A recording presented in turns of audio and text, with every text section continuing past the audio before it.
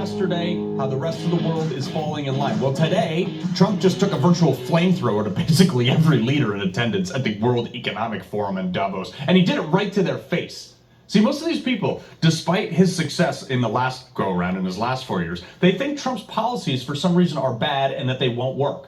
And one of the leaders in this arrogant elitist movement, Bank of America CEO, kindly gave a very snarky remark. Well, how are you going to grow and balance everything in the economy? Oh, well, if you recall, these guys from Bank of America are the ones who debanked a bunch of MAGA folks. Well, Trump called that CEO out right there in front of everybody. Brian Moynihan, okay? Trump answered his question, but not without putting him on blast first in front of the entire world.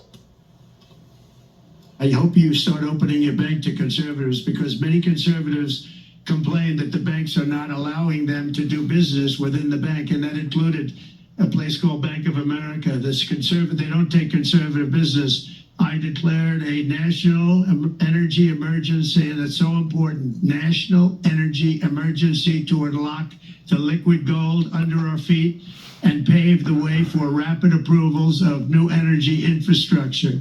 The United States has the largest amount of oil and gas of any country on earth, and we're going to use it. Take a swing at the king, Brian. Better get your hands up, because one's coming back. It's energy, baby. Just drill, baby, drill. I don't understand why these elitists, especially those guys right there, burning, 3,000 pounds of fuel an hour on their private jets. Why don't they understand this? Energy is the key to prosperity everywhere. Again, Argentina is like the pioneer in what is right. Literally the roadmap to all the things that Trump wants to do that work. All the things Europe wants to do are wrong, and it's showed by everything that's happening in Argentina. Here, look, Argentina, under Milei, logs the largest energy trade surplus in 18 years. Why? Weird. Because their crude oil and natural gas production is at an all-time high. Could they be related? Who could tell, right? And their inflation went down drastically. Remember, the globalists said the opposite would happen. Weird. Slash the government and turn on the oil spigot. Boom. Energy is literally the only way out of our current economic predicament with $36 trillion of federal debt that both sides have run up for the last 30 years. Trump gets this. Energy is the key to, 1, not being vulnerable, 2, crushing other countries that don't want to work with us, and 3, being a manufacturing superpower. Trump, simple supply and demand. If we have more of something and don't have to cart it in, pump it out, or ship it across the ocean, we're producing more of it here in America. It will be cheaper, which means everything costs less. Everything is related to fuel. It comes on trucks and fuel. It's literally used in everything, not just fuel in your car or Brian Moynihan's private jet. It's in the tires on your electric vehicles, in every piece of plastic. It lubricates literally every moving thing in the entire world. Hell, it's in your chapstick. The asphalt on the road, that $40 Stanley thermos that basically every woman in America is now carrying around. I know my daughter has like 3 of them. And now that we have someone in charge who understands this, we can finally dominate the world. Because the Saudis, those guys could pump out every drop of oil they have. And if we're doing the same thing, it doesn't matter, because oil will be $40 a barrel. And all this green energy garbage that Europe has literally staked their entire existence on, Trump just dropped a bomb on that too. I terminated the ridiculous and incredibly wasteful Green New Deal. I call it the Green New Scam. Withdrew from the one-sided Paris Climate Accord and ended the insane and costly electric vehicle mandate. Yep, because none of that helped America. All it did was ensure that we would not drill for our own oil so we could pay other countries for it, which hurt our economy. And so did a bunch of party insiders and globalists, just so they could make money. But too is we make money, right? It's a big business for us. And we made we gave the guidance externally a couple of years ago that we'd make $1 billion of income by 2026. We'll be pretty close to that in 2025. It's just a big business, and it's a profitable business. So I don't want to sound too mercantilist about it, but we do the right thing and we get paid for it. It's kind of win-win.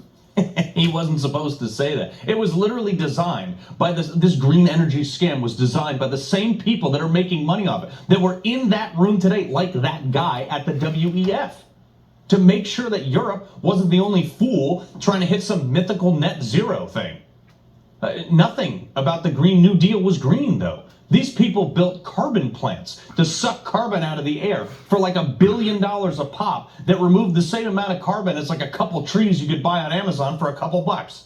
These solar panels, minerals from China, largely produced in China, charging batteries that have lithium mined by China in things that look like this, that were then pumped into toxic evaporation tanks like that, extracted from third world countries with child slave labor, with dump trucks burning thousands of gallons of diesel a day, with absolutely no environmental standards, slapped on cargo ships that run on oil, sent to factories powered by coal, so you can feel good about not having a tailpipe on your car. That sounds pretty stupid, doesn't it? You want to put up a wind farm? Be my guest. I don't care. We're not going to subsidize it, but it'll never replace the carbon footprint it took to make it. We played this stupid game for years. In Texas, of all places. People learned that the hard way when they literally froze to death when these things froze over. All the while, instead of pumping oil out of their backyard, we were buying oil from Venezuela, which is the dirtiest crude oil in the world, and it takes 4 times the carbon footprint to refine it. We've been basically doing them a favor by buying their oil. Part of Biden's America Last thing. Also, with Venezuela, I find this hilarious because they just came out and said, oh, hey, we're not going to take back the illegals that we sent you guys. But, oh, yeah? See, now that we're pumping our own oil, we can tell them to get bent because oil is almost 95% of Venezuela's exports, which we buy most of because we had a stupid leader for 4 years. So if we're pumping our own clean crude oil, if we stop buying theirs, they can kiss their economy goodbye. So how about this, Venezuela? We're going to start landing planes on every runway in your country big enough for our C-17 cargo jets, full of the people that you sent us. We're going to unload them, and then we're going to turn around and we're going to go get another load. And if you don't like it, too bad. Oh, by the way, if you try to block one of our planes from coming in, may I remind you, Venezuela, that we have 13,000 aircraft in our military at our country's disposal, and you have 183. Most of which are hand-me-downs from before the Gulf War. Oh, Carl, this is what makes other countries not like us. They already don't like us. They've been taking us to the cleaners for 5 years. They've been fleecing the rest of all of us. Oh, Carl, you can't just dump people off in someone else's country. Why not? We can do whatever we want. We are America. We have 13,000 aircraft in our military and 11 carrier battle groups. What are they going to do about it?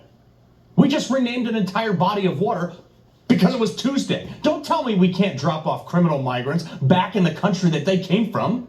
This is the new mindset that every world leader must look at America through.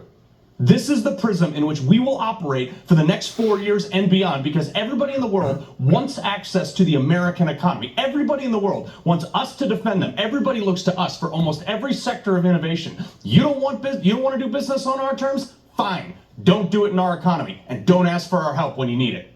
You think I'm an isolationist? I'm not. I'm just done getting ripped off, which is exactly why Trump got elected. Joe Pags, host of the Joe Pags Show. Sure. Are you fired up about this as I am? I am. Remember, Carl, when Trump was in the first time, and the Northern Triangle said, we're not taking the repatriation flights back. And Trump said, oh, how much money do we give you every year? Yeah. Okay, we're just going to stop. And they said, hey, please have the flights come in.